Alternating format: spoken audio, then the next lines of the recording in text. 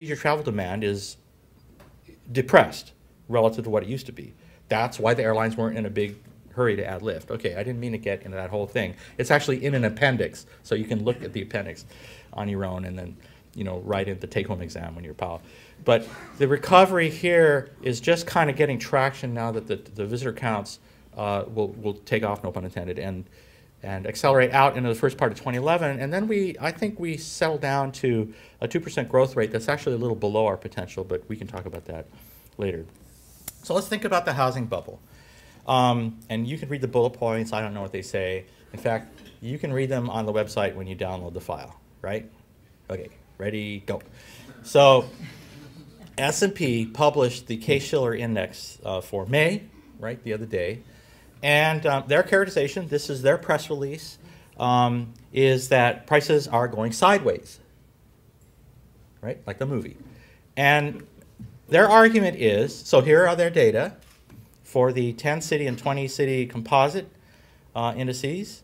And these are not seasonally adjusted data.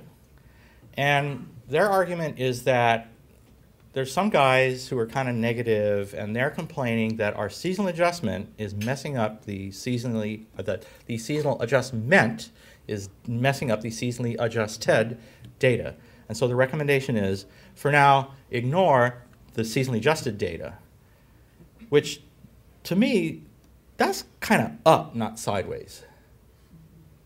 Okay, I mean, I'm just saying, technically, that's not sideways. What's even more interesting about their seasonally adjusted data is that you've got this overshoot. And overshoot, we have a theory for that in economics.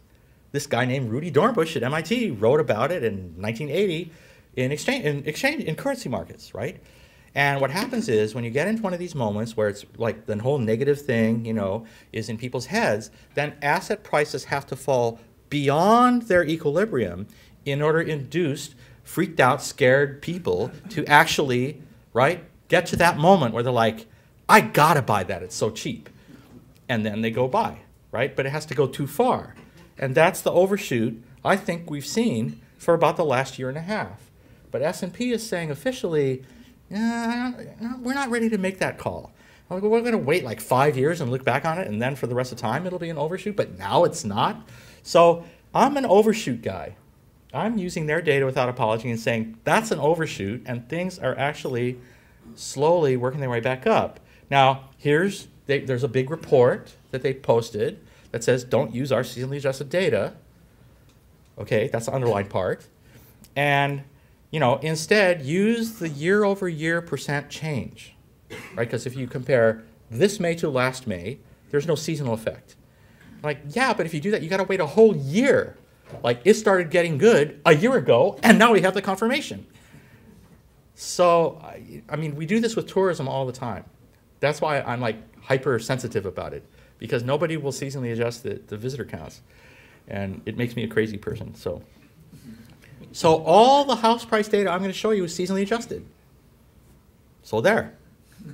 Okay? Just for the technical guys, if you take the S&P Case-Shiller indices and decompose them into the smooth trend / cycle